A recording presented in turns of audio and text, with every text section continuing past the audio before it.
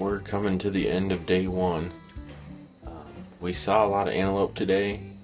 They were all about 1,000 to 2,000 yards away, which is kind of the story of antelope hunting at times. The temperatures have been really cool, so I think that's probably why we didn't have any antelope come to the tank to drink. And we're watching them all around here. They're up and feeding, and then they bed down, and they get up and they feed again, and they bed down. But all you can do at this stage is just log the hours and hope you get an opportunity and make the most of the opportunity you do get.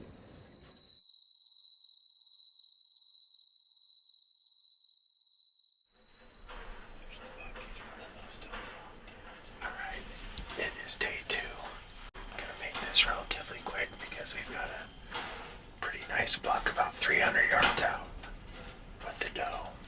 It's kind of weird. This morning we got in the blind, the sun came up. We've been parking the truck on the road, which is, probably about a mile that way. Obviously antelope have really good eyesight, but this morning I looked out the back window and there's probably 12 antelope with this big buck. And they came in, and the lead one came to about 60 yards and just milled right in front of us. But the rest of them just went down the draw, and I don't know, they weren't spooked really.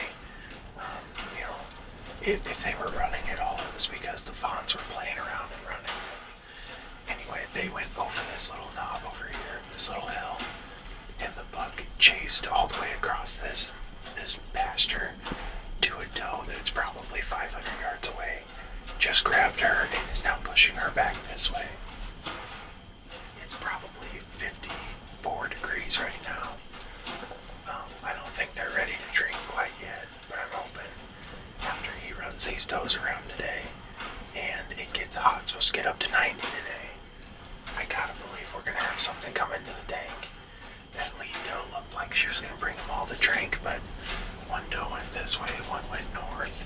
They kind of did their own thing. It was kind of sporadic, which tells me they probably just aren't ready to drink yet. With it being so cold, it doesn't surprise me, or so cool. But anyway, hopefully that buck, we're literally watching him right now, hopefully he brings that doe up in here, because I'd rather shoot him with one doe around than 12 around like it was before. There's definitely a lot more antelope moving earlier today. So, hopefully that's the luck we need. Got the original Drown Outdoors shirt on. I think that's our lucky charm today.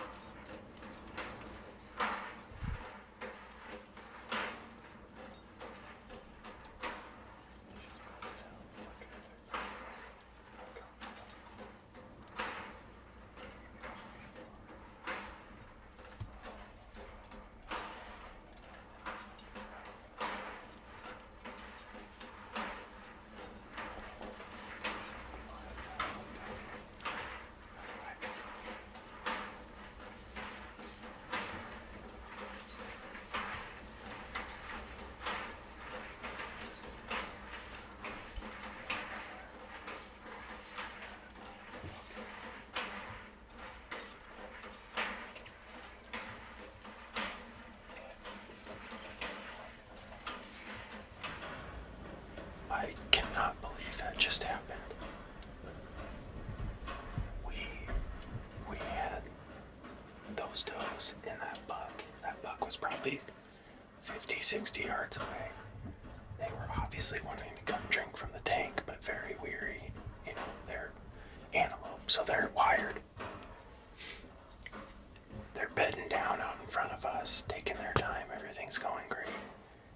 And as they start to get closer, we're out here in the middle of absolutely nowhere, western Nebraska. But we're probably 300 yards off of a road, a county road, a low maintenance, minimum maintenance road.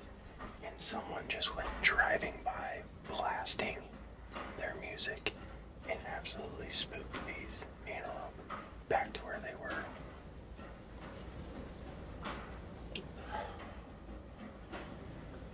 All morning we have watched those antelope, and this buck specifically, to have him at 50 yards and not get it done, it's just gut-wrenching. Especially out here in Nebraska, we do not have the antelope numbers that Wyoming and Colorado and some of these other western states have.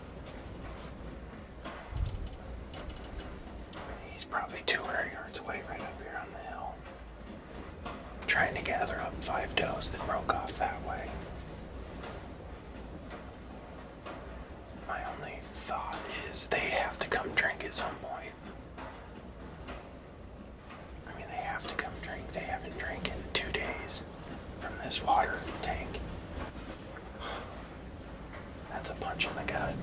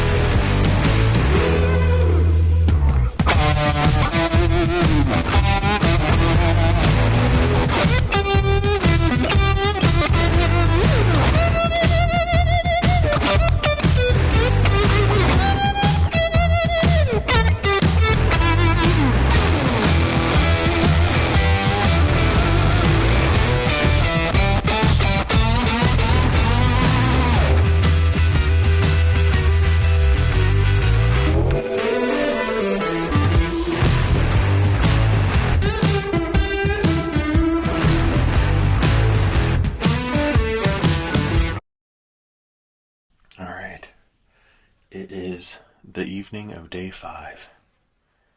The last stand, the last hurrah. Whew, it has been tough. I'm not gonna lie. We tried doing a little spot and stalking today. We got really close to what we believe is actually the same buck that's bedded down here about 500 yards away right now. What did we do? We bumped him first, and then he went to a water hole, or around a water hole where a bunch of does were. And then he traveled up kind of to this canyon where we knew we could sneak around and get a play on him. Well, we had been walking probably a half mile to get to it, so I figured he'd be a pretty decent amount past the canyon. When I snuck around, he was probably only 30 yards from me, staring right at us, or facing right at me. So I dropped down around the canyon quick and got my bow kind of situated and raised up and ranged him, and he had already kind of walked out to about 60 yards. Probably closer to 70, but I think when I ranged him, he was like 65 or something like that. So I drew back, and he had already kind of seen us, so he was on high alert, and took a shot at him, and 65 yards on a alert antelope, he was pretty much off the ridge by the time the arrow hit the other side. So no luck on that one, but we had fun stalking this morning and getting out and actually kind of pushing some of these antelope around a little bit. I think they get so stuck on their summer pattern of eat, sleep, drink, and repeat that it's good to kind of bump them up a little bit. Didn't have any luck on sitting here earlier in the week. We had some does in range, and we had that buck come in, and that didn't work out with the car noise and all that good stuff. It's just been a tough hunt. It's been fun though. I mean, we've learned a lot about antelope hunting. Both sitting over water and spotting and stalking. One fun thing we found out yesterday was this tank that we're sitting on, the windmill's still on it, so it's got an overflow pipe. So essentially, like in the video when you see the buck feeding down about 65, 70 yards away, there's standing water down in this field in these little ruts, and they're just drinking from that instead of coming up to the tank. I think we had, 2 or 3 does come to the tank, actually come drink from the tank. The rest of them just stayed out in that tall stuff and drank, and I think the closest shots we could have got were in the 40 to 50 range, but that's just not a high percentage shot on an antelope. I don't care who you are, how good of a bow shot you are. They are a wired animal that can jump a string like you've never seen before. So it's been tough, but it's been fun for sure. We will definitely be back next year.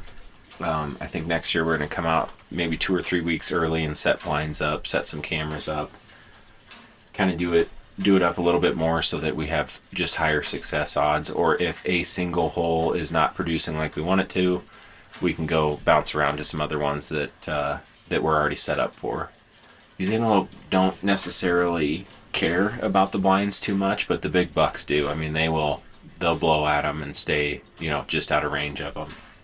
Like this elevated blind has been here for, months now, and they still would rather drink from a depression in the ground with a puddle of water in it 70 yards away than come up to the tank at 30 yards here. So it's just kind of the way it is. They are wired animals. I've hunted antelope in Wyoming before, and they seem to just be a little more chill. There's a lot more of them. They have more sagebrush cover, so I think that keeps them a little bit more relaxed, if you will. This is just flat, open prairie out here. I mean, the grass is like 6 inches tall, so, they can be seen from a long ways. They can see you from a long ways. It's just a tough hunt. It's fun, though. It's been fun. Hey guys, thanks for tuning in and watching our antelope hunt out in western Nebraska. I really hope you enjoyed the footage. We did our best to capture the ups and downs of the hunt. We definitely had some close calls and had a great time. I would definitely say we'll be back out next year, and with antelope, it's early season hunting. It's in August, so it's a good chance to kick off the season, get ready for all the fun hunts that we have throughout the fall. But we'll definitely be back out there next year. Stay tuned though, in a couple weeks, I go straight out of the antelope field into the deer stand and have some success early season on a pretty nice Nebraska buck.